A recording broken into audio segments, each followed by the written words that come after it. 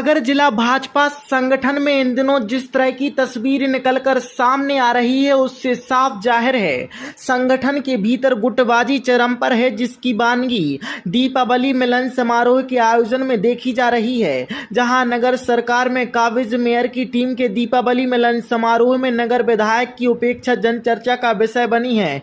वहीं खुरई से विधायक पूर्व मंत्री भूपेंद्र सिंह की नगर में होने वाले आयोजनों में बढ़ती सक्रियता भी खास चर्चाओं में है, जिसको लेकर तरह तरह के कयास भी राजनीतिक गलियारों में जोर पकड़े हैं। खास बात यह है कि आयोजन में नगर के विकास की इबादत लिखने में मंच से सार्वजनिक रूप से पूर्व मंत्री भूपेंद्र सिंह के प्रयासों पर उनकी वाहवाही के पुल बांधे जा रहे हैं। वहीं इसी को लेकर श्रेय लेने वालों पर बिना उनका नाम लिए जिस अंदाज में निशाना साधा जा रहा है वह भी रोचक दिखाई दे रहा है। भूपेंद्र सिंह के बीते कुछ माह की गतिविधियां देखें तो उसमें भी साफ जाहिर हो रहा है कि नगर की राजनीति में उनकी रुचि बढ़ गई है। इसके पीछे तरह तरह की चर्चाओं में एक बात यह भी सामने आ रही है कि वह नगर विधायक के खिलाफ किलाबंदी करने में लगे हैं और उनसे नाराज चल रहे हैं। तो वहीं दूसरी कहानी के तार खुरई से जुड़े हैं, जहां जब से उनके विरोधी अरुणोदय चौबे ने भाजपा में सक्रियता बढ़ाई है, उनको इस सीट पर अपनी दावेदारी खतरे में दिखाई दे रही है। वहीं अगर बीना का जिला बनाए जाने का रास्ता साफ होता है तब भी परिसीमन में सीटों के समीकरण बदल सकते हैं।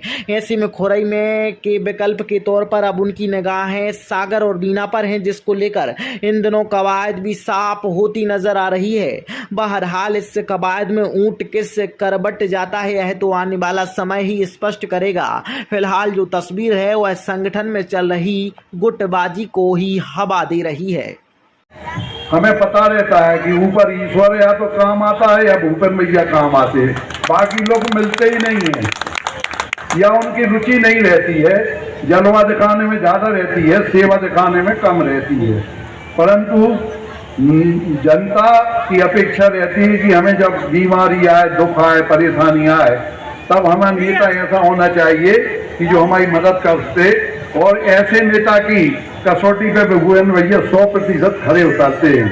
चाहे पार्टी का काम हो तो पूरे टाइम करते हैं, चाहे सेवा का काम हो। आज भी हजारों लोग उनके ऑफिस में लाइन लगा के खड़े रहते हैं और लगातार काम करते हैं।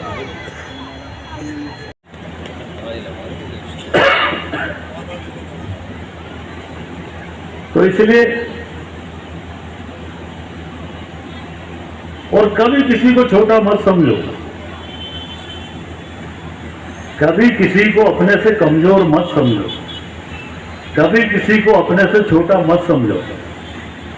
दिमाग ऊपर है, ज़बान नीचे है।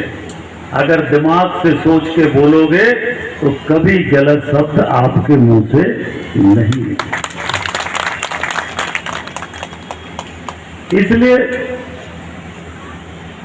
सोच समझकर बोलना, कौन सी बात किसको लग जाए। बाकी चीजें तो खत्म हो सकती है, पर यह बाण ऐसा है कि इस बाण का कोई रास्ता नहीं। और इसलिए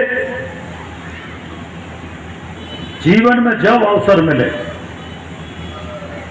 सेवा के मार्ग पर हम सब चले, धर्म और पुण्य के मार्ग पर हम सब चले। और ये जो कलयुगी रावण गलियों गलियों में घूम रहे हैं, इन रावणों से हम सबको सावधान रहने की आवश्यकता है।